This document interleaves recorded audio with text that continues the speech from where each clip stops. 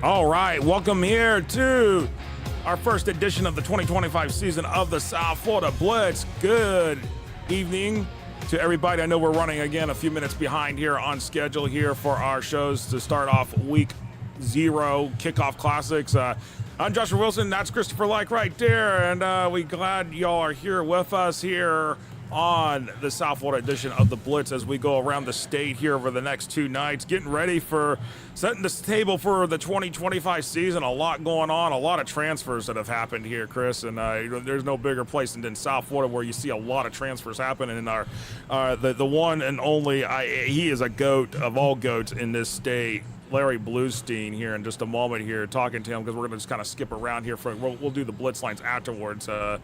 Before we do, we're going to do the interview, then we'll do the Blitz Lines as we're sitting here a little behind. We don't want to.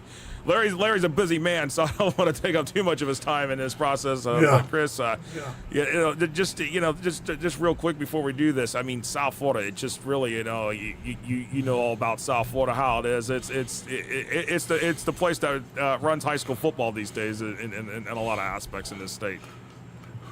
Run high school football in Florida mostly, and then still got the thing they call the zoo. The zoo. And it's been a zoo the last couple of years.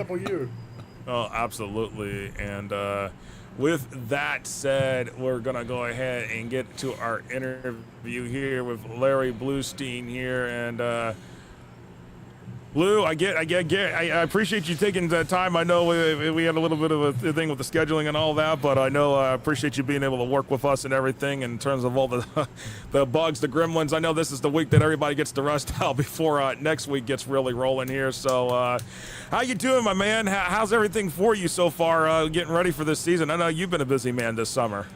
Yeah, no doubt. Thanks, Josh, Chris, for having us in. And it was kind of never ending, from when the season started with all the camps and the combines and the 7-on-7s and spring practice. And then we travel a lot during the off season, the colleges. So through the month of June and July, everywhere from West Florida, Pensacola, all the way through to South Florida. Saw maybe 300 different 7-on-7 teams and probably 20 times more of the athletes that go to camps and stuff. So yeah, we're pretty well ready. Had an opportunity to see a lot of these prospects. Plus, the thing that I have prided myself on is not really bothering with the star-rated kids, but the kids who were under the radar, and we saw a lot of those kids. So yeah, another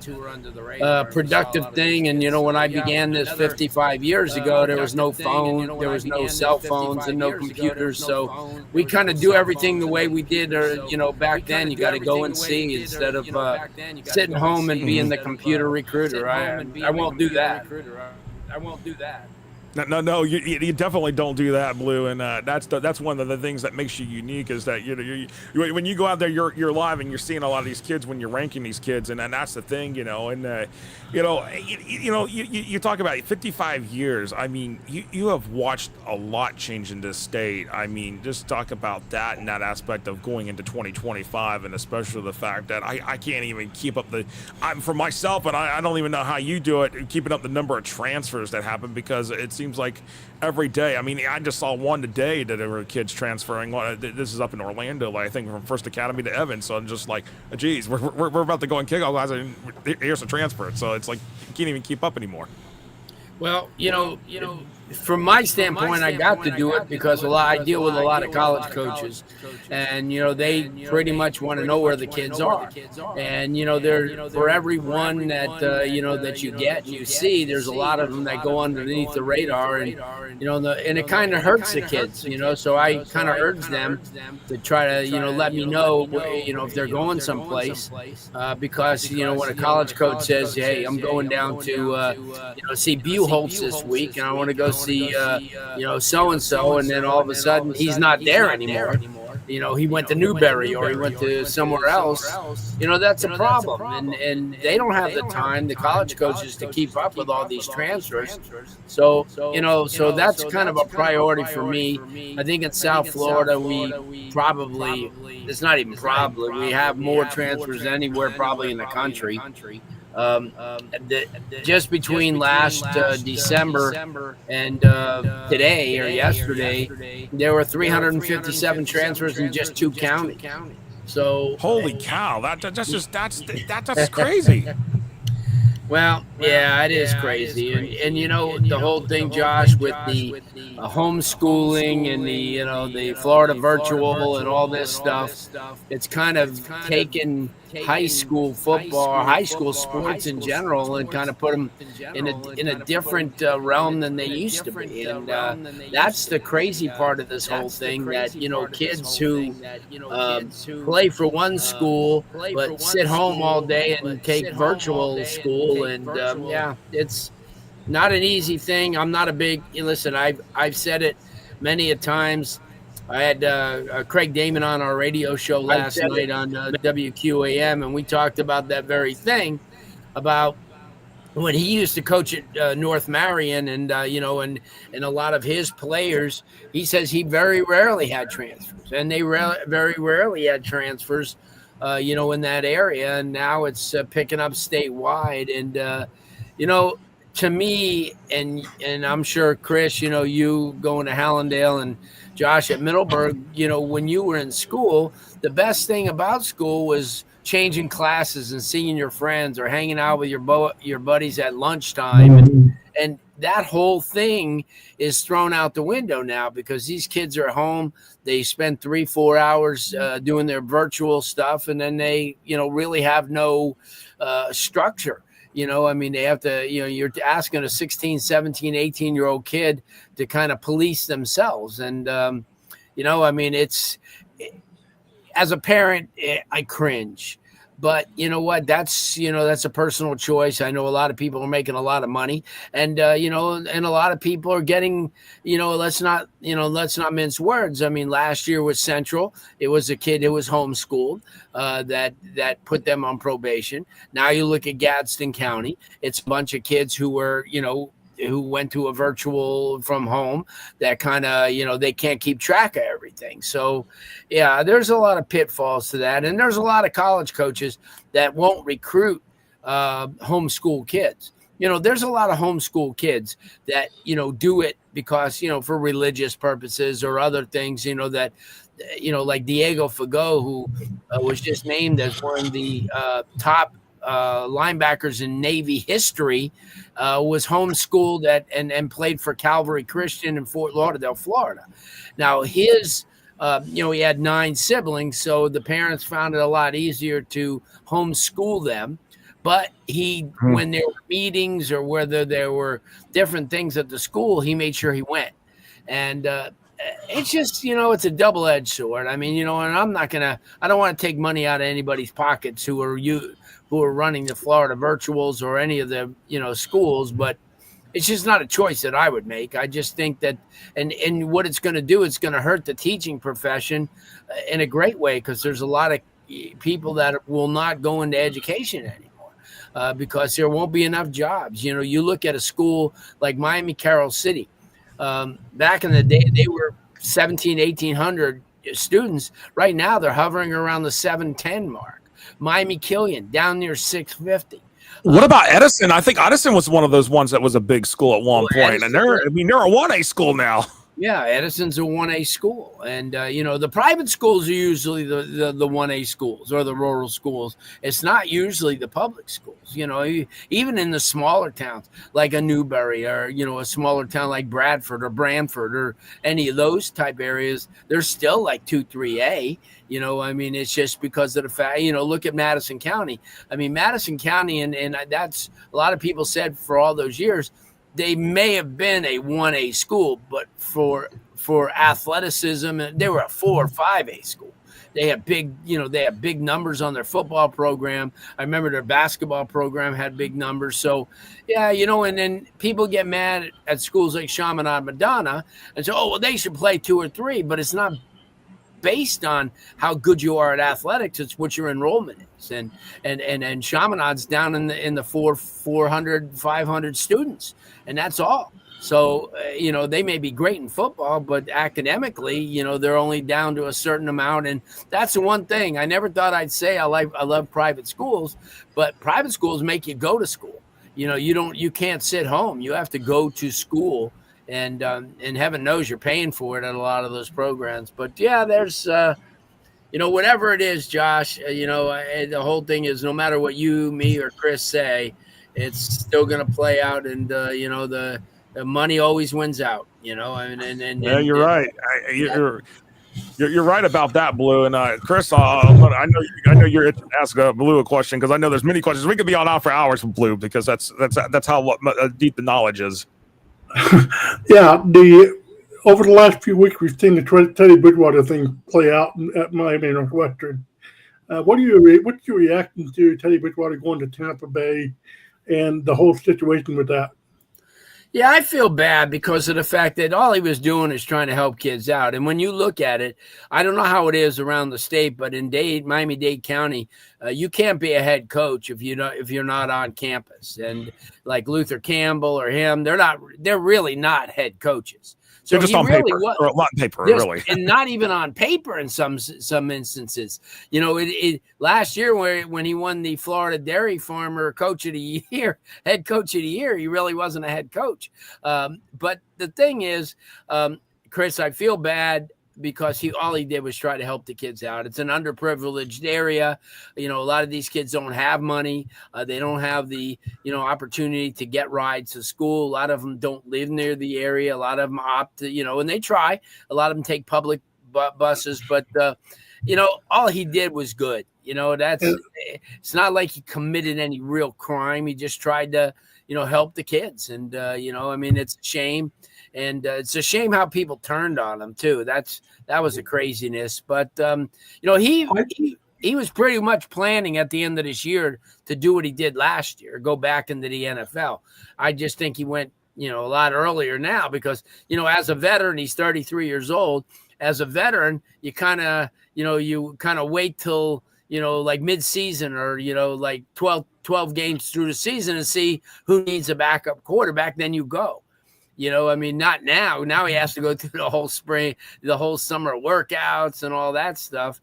But to answer your question, I've known Teddy for a long, long time. Great kid, never out to hurt anybody. He's a loyal guy to Miami Northwestern, and all he did was try to come back and try to help. And I guess he got his hand caught in the proverbial cookie jar. I guess from the outside. Yeah. That's what it looks like from the outside, but from those people who know inside, all he did was try to help the kids. So, and I don't know if you caught it, but David Sampson, from the former president for the Miami Marlins, he actually spoke about this on his YouTube channel, I think last week. Yeah, about Teddy Bridgewater. Yeah, well, he made national news everywhere. I mean, they talked about him on every forum possible, and every show possible. Well, yeah, every show possible, and the whole thing is I've known Teddy since he was like 9 or 10. He's just always been a great guy. Here's a guy, even when he was making good money, he would come back, to South Florida, and even this year before he left for the camp, he does a Christmas in July type of thing where he gets 2 full U-Haul trucks full of toys and stuff that that parents wouldn't buy the kids because it's back to school, they got to get them clothes and they got to get them shoes and book bags. So what he does is he buys them bikes and he buys them all these things and never calls anybody, never calls any of the news stations. He just does it out of the goodness of his heart. And there's a lot of athletes that do that.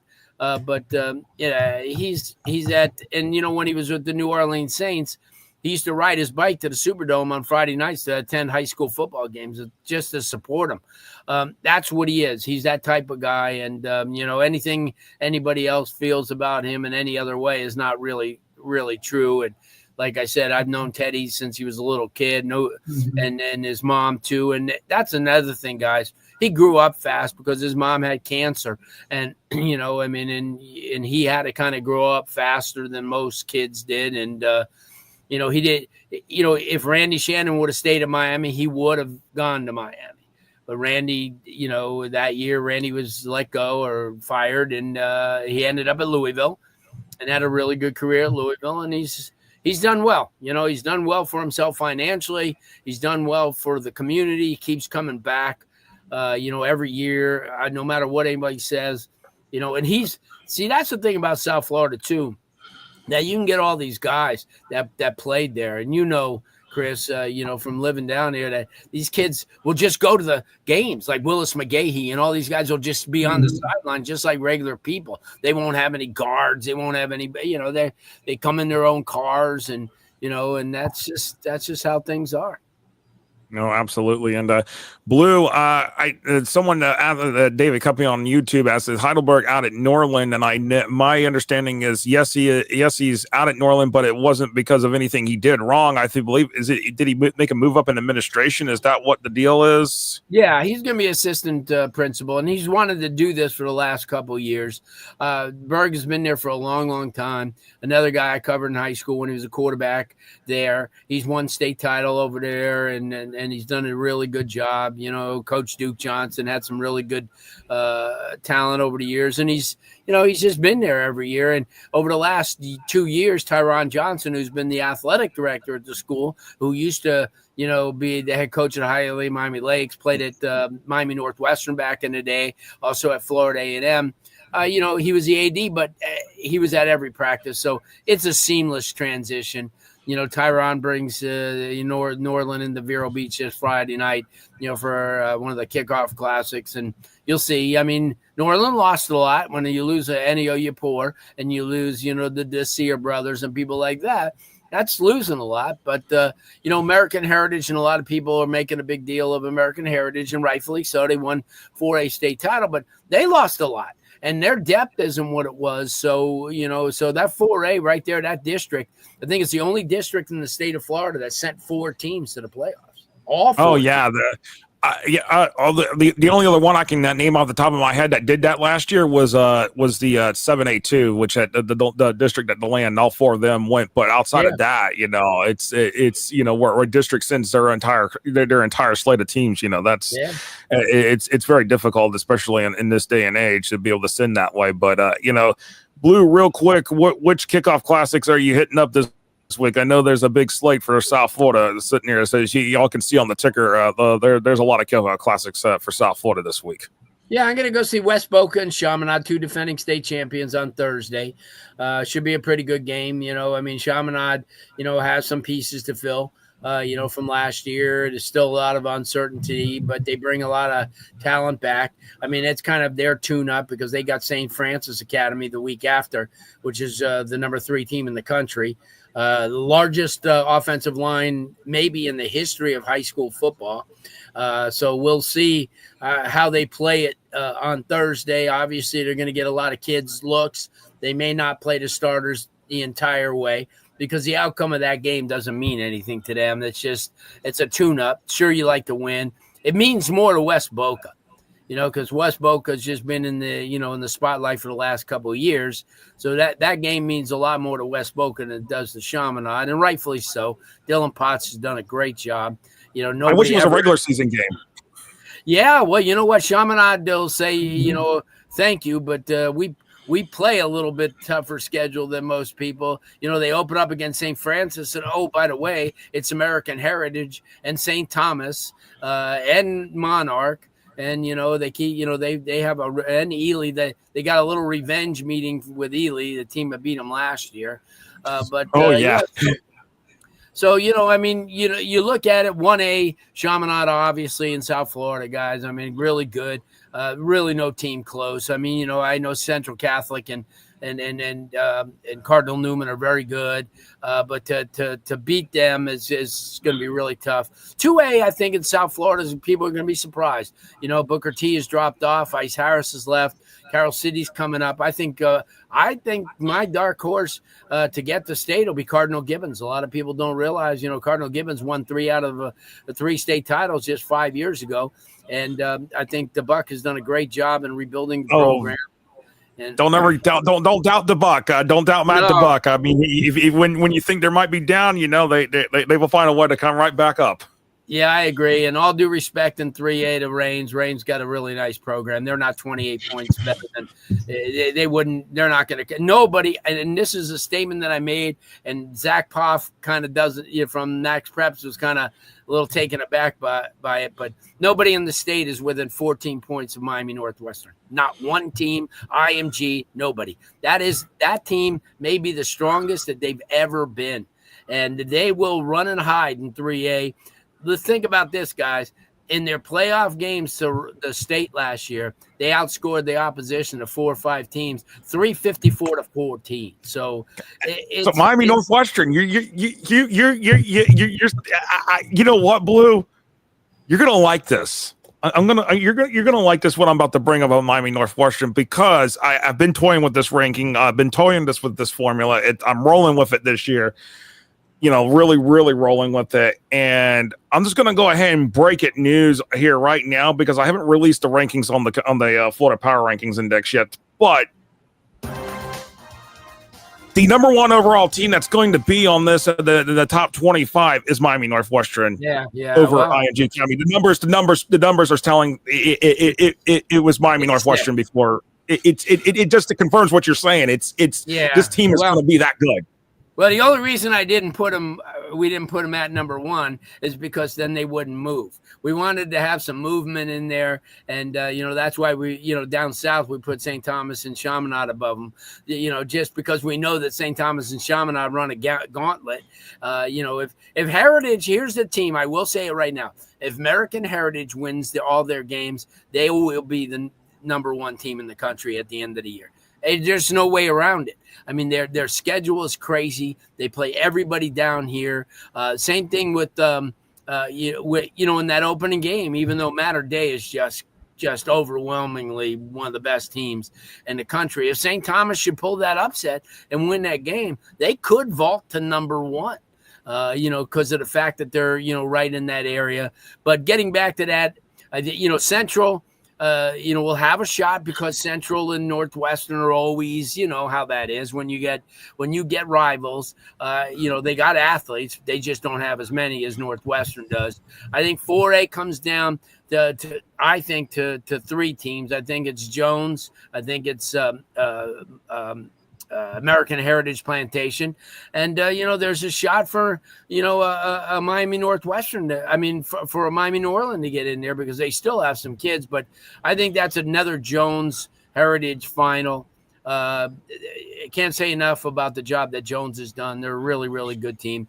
I'll tell you a team to watch out for. I know that that St. Thomas is the kingpin in 5A. I know Lakeland's nice, and we'll find out about Lakeland this week. But keep your eye on Orlando Edgewater.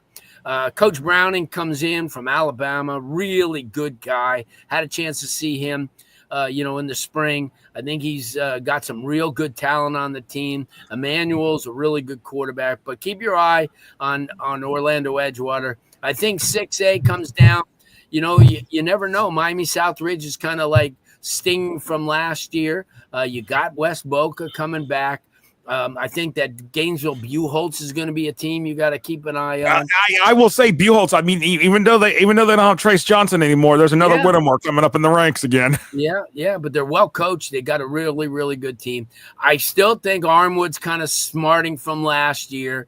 Because you look, and as Osceola looked, and you were there, they looked terrible. I still question how. And Chris, I think you can agree with this. Some people ask how did Osceola even get to the state championship game? That should have been Buchholz sitting there in that state championship game, because I think Buchholz would have given West Boca more of a game in that situation. It would have been more entertaining, I would have think, at the end of the day. Well, it just shows you. Well, guys, it just shows you the job that Coach Pinellas did, because he had the toughest gauntlet to get the state. Because remember, they had to go to Armwood, they had to go to Buchholz. They did have to go on the road, yes. Yeah, but both of those games, against two really, really tough opponents on the road. But I'll tell you what, a team in 2A that I think is going to take we talk about Coco, we talk about Cardinal Newman. I have a feeling I know who you're about to talk about. I have a feeling. Jacksonville Bulls, baby. Jacksonville Bulls. They may be as good as any team in the state. They're loaded up. I talked to, Coach was on the show with us last night because they're playing in the Broward Showcase game, but they're stacked. They got Power 5 kids. They're usually the tip. Remember, they won 10 games last year, and they lost to Reigns, which they'll get a chance to play Reigns again. But look at their schedule when they come back. From playing against the Monarch in the Broward Showcase, they got Trinity. They have Reigns, they have Bishop Kenny, they have Oak Leaf, and those are pretty tough teams. I mean, and that's the thing. I thought, the other team I thought you might have been talking about, Cardinal Mooney. Do you think people are going too high on them? They lost 2 kids. If they didn't lose Parks, the big lineman who went back home, and they lost another pretty good kid, they're going to be good. We'll find out a lot about them on Friday. They play St. Thomas Aquinas on Friday night in the kickoff classic. So we'll find, just like last year, everybody was talking about Bishop Verot and how great they were, and they played St. Thomas, and I think they got across midfield once in the kickoff classic. And then, it's just that when you're playing these teams, and I'm not going to leave Coco out of the mix, because they are 3-time defending state champions. But they're going to have their hands full with some of these teams in 2A this year. One of the teams that you brought up earlier with Miami Central, they had although team forfeited and ended up missing the playoffs last year. What kind of revenge tour are they going to be on this year?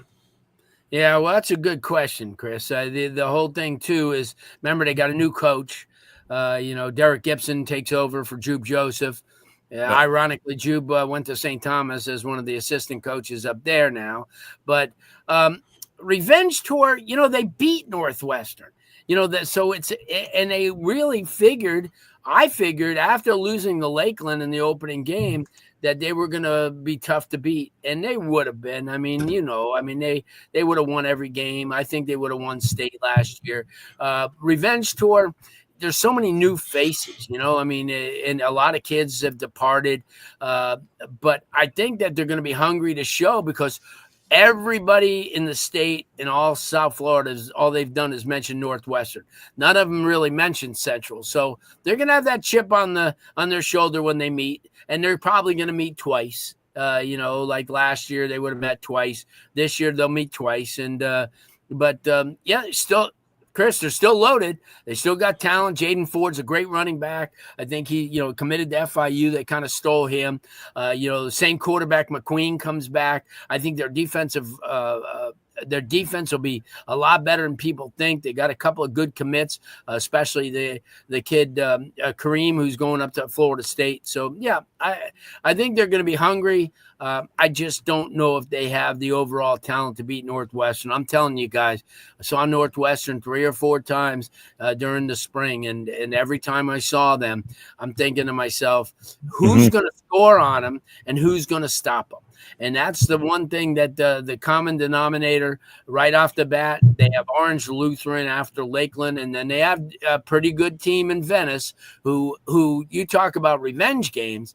I think Northwestern has revenge against Venice, because last year they lost in double or triple overtime over there, and now they got them at Traz Powell. So we'll see. It's a lot of exciting football, but if I had to guess, I think that Chaminade in 1A. I think Gibbons will come out of South Florida in 2A. I think in 3A it'll be Northwestern. 4A it'll be Heritage. 5A Chaminade. St. Thomas. I think 6A. I think it'll be between West Boca and Southridge. And then 7A, keep an eye on Miami Palmetto. They can't get over that hump against Columbus. I think they could do it this year. They got a lot of talent. Columbus is rebuilding, but as well as I do, Columbus had an average team last year and came within 6 points of going to state. No, absolutely. And sorry about the blip there.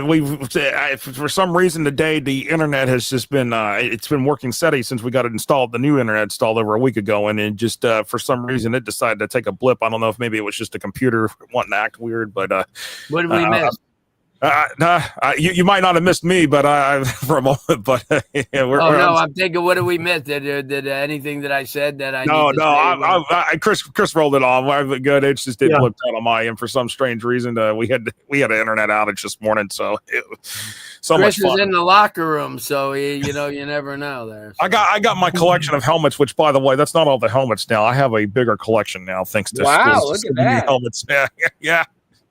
So, wow. But Blue, I appreciate you being able to join us here. I know we could go, like I said, we could go on for hours and hours, but I know there's going to be a lot, and I know we'll have you back on again and again. And by the way, I see y'all are on FM now down there, so that's awesome. Yeah, watch out, man. Watch out. We got that signal going, and 100,000 watts booming on 104.3 down. Remember those days. Yeah, I'll tell you what, we got a lot of response on our show last night, and a lot of people hadn't listened to us before, but yeah, it's going good. Having good guests on and getting, being fortunate to have a lot of guests, and having Craig Damon, who's a great guy, and obviously having him on, and then Zach Poff, our friend from Max Preps, and then Kevin Perry, who really has done a great job. You guys need to make it down next week.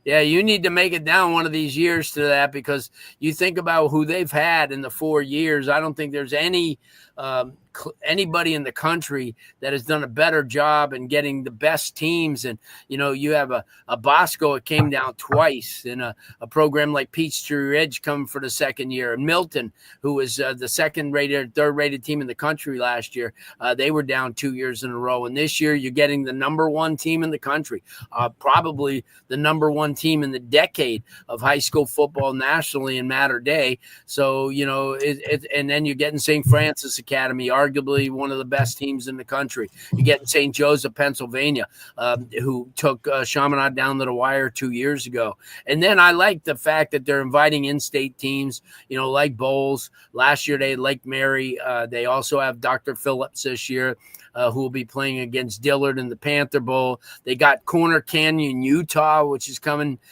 down. So you got to give props to what they're doing.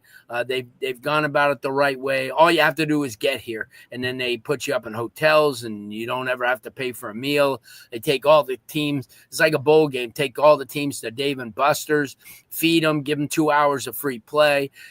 Last year they had the option of going on the Jungle Queen boat ride in Fort Lauderdale or going to a Marlin game. That'd be a good toss-up these days. It's a great opportunity. And even last year, Bosco, when they came down, they went to the University of Miami and went down to watch them practice. So, yeah, it's a great idea. They got good sponsors, and they do it right. And, this year they have it at the, St. Thomas. They have it at St. Thomas and Dillard, who redid their field. So, we're excited. You got to make choices, on Thursday and Friday, because there's 3 games on each day. And, so we'll see. We'll get a chance to watch a few. And then we're missing out too. Next Thursday, South Ridge is open up against Palmetto, which is another great game. So it's going to be really good games, for a long time. And we're excited about it. And I appreciate you guys having us on. And we'll come back, and Josh, in a couple of weeks, we'll hit you up, and we'll do this on the new FM 104.3. No, absolutely, Blue. And here's to a great 2025 season. Cheers to everybody on that one, because it's definitely going to be exciting to watch how everything unfolds here leading up to the big championships that'll be between the villages with the rural and for down at the Pitbull Stadium once more again this year. Contract, I believe, goes through until next season. So they seem to like it. I'm not, me, I don't mind traveling, and I always thought that they should take it and sign a 99-year deal in Orlando, which was centrally located. But you know what? As long as they make money, as long as the kids enjoy it, it's just, it's just a one-time deal. It's a one-time ride for a lot of these schools. And, playing in a college stadium like that. And, Willie Simmons took over at FIU this year, and a lot of people are excited, about that. But definitely, guys, appreciate you. Have a great one. We'll be watching everything you guys do, and keep up the good work. No, appreciate it, Blue. And David Cuppy says, Blue's the best. Fellow Pioneer, there you go. Your North Miami Pioneers getting shout-outs there. Yeah, there you go. That's right, man. We don't. With North Miami, the good thing about them last year is they made the playoffs. The bad thing is they had St. Thomas in the first round. So, yeah, well, good and bad. All right, guys. Appreciate Thank you, man. Take care. We'll see you soon. Thank you. All right. As we roll along here, real quick, we're gonna have to roll this quick, Chris. That went way longer than I was even planning for. But blue, when you get blue on, you get blue on it. That's just it. It really is that. It's definitely one of those conversations that could go on for hours and hours and hours. He's just a wealth of knowledge. You put him, Dwight Thomas, in the same room along with us. We'll be there all day and all night. We found that out during the championship game. Oh, yeah, absolutely. All right, let's roll this quickly because we've got to really roll this here in terms of our games here. Our first game up on the deck for week 0 is oh, wait a second. What's happened here? Why did it happen here? Did it not give me my games? Okay, so the game is going to be Boca Raton Christian hosting Babcock. That's the game number 1 here for this week. Babcock going over to Boca Raton Christian. Babcock moves up from 8-man to 11-man football this year. Boca Raton Christian is a 5-point favorite according to the FPRI line and win probability, which again, by the way, is a subscription feature. We're just bringing 6 of those games usually each week where we will bring the win probability in. But if you want to see a full projected score, you got to sign up at 4hsfootball.com/season ticket.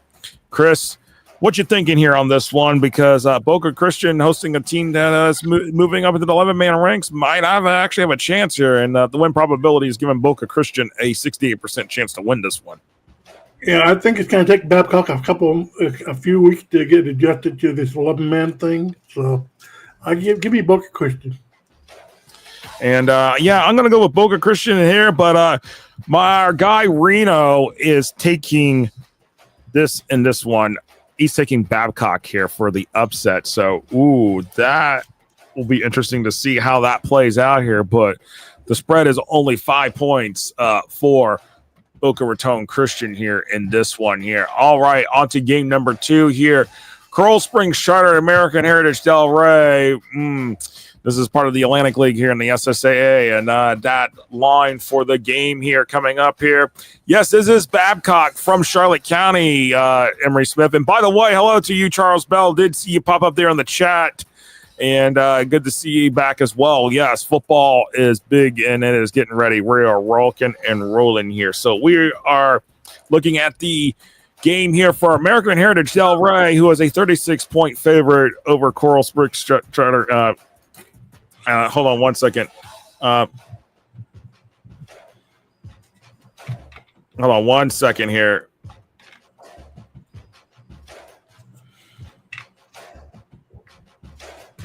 All right, sorry. We may not have our next guest for our Tampa Bay show, but we'll do all right. We'll roll our Tampa Bay show on a short schedule. We may not have our interview for this week on the Tampa Bay show because of some things. Because Bob is doing a lot. He's not just doing primetime preps, by the way. He's doing a lot more with other stuff. So I apologize for anything in advance here if we with that. But Chris, what are you thinking here in this one? I'm thinking AHD, I should say AHD, because this is the other American Heritage, by the way. American Heritage is going to obliterate Coral Springs Charter. It's not going to be close. Not even by the first quarter, it's going to be over. And sure. And with that said, we'll rock and roll here. So Reno is going with American Heritage Delray as well on this one. How about that, Chris, on this one? So we're going with American Heritage Delray. All right, let's roll into our next game here as we roll into here. Blades Day at Florida Christian. Florida Christian joining the ranks of the SSAA this year. And according to the FPRI line and win probabilities, Florida Christian a 22-point favorite over the Gators. So the Patriots looking promising in their first game in the SSAA with a 97% chance to win this one. And I agree with that. Florida Christian should be a happy favorite over Blades Day, and they should be on the way to victory pretty soon. And with all of us in the picks, we are going Florida Christian across the board here. So with that said, rolling on to our next game, because we actually have 6 games in this for this week in South Florida. Actually, sorry, I apologize. It's going to be 4 games. Sorry. We have 6 in the next one because we do actually have 6 games in that one. It's 4 in this one. For this one in South Florida in the pick 6, and this is our final game of the night here for South Florida. Jupiter Christian at NSU University School. This is going to be a good one because Jupiter Christian blew out St. Edward's in the kickoff classic last week for the SSAA, and this one is really going to be tight. I feel like, in my opinion, with NSU University School a 7-point favorite over Jupiter Christian, with NSU University School having a 75% chance of winning that game. But Jupiter Christian, that 25% is still pretty good there, even for a 7-point favorite. This one I debated back and forth because Jupiter Christian's better than the statute says. Even though I think it's at NSU University, I give NSU University the edge barely. No, absolutely, and I honestly think NSU University, in my opinion, will. Did you say NSU University? I'm sorry. Let me make sure I got that. Yeah. I'm going with NSU University as well, and NSU University School as well here in this situation. I just feel like it's just going to be close. It's going to be. I feel like the game itself in this situation, just because these two teams and how they have played, really, I feel like it's going to be very much closer. I feel like it's going to come down to the wire, like a 1-point game, maybe a 2-point game. Maybe you need overtime to settle the score in this situation. That's how I'm feeling here. But our guy Reno is going with Jupiter Christian for the upset, and I like that boldness because it really could go the other way and favor Jupiter Christian's way. But I'm just going to go rolling with NSU University School in this situation here as we roll along. But that is it for our pick 6 here, and let's roll along here to wrap this thing up, my man, and everything with that said. So, Chris, any final thoughts here as we wrap it up? Man, Larry Blustein is the goat, and he's the Bible. He's like the dictionary of high school football. Yeah, absolutely. Encyclopedia. Oh, absolutely. And appreciate everybody that's joined on. I see David Cuppy tonight, Charles Bell, Emery Smith here. We're going to do a shortened version of the Tampa Bay Blitz. We were supposed to have Bob Putnam on, but we're going to do that here real quick here, coming up here in just a moment. We do apologize that we're getting the kinks worked out, but Bob has agreed to do for Tampa Bay next week, so we do have that. So no sweat there. We will get on track here, and at least we get the bugs out here tonight, and we appreciate everybody joining us here on the South Florida Blitz edition of this show here. Chris, appreciate it, my man. We'll be do the Tampa Bay one here, and we'll be right back here in just a few minutes here on FloydHSFootball.com. Have a good night here. We'll see you in a few minutes.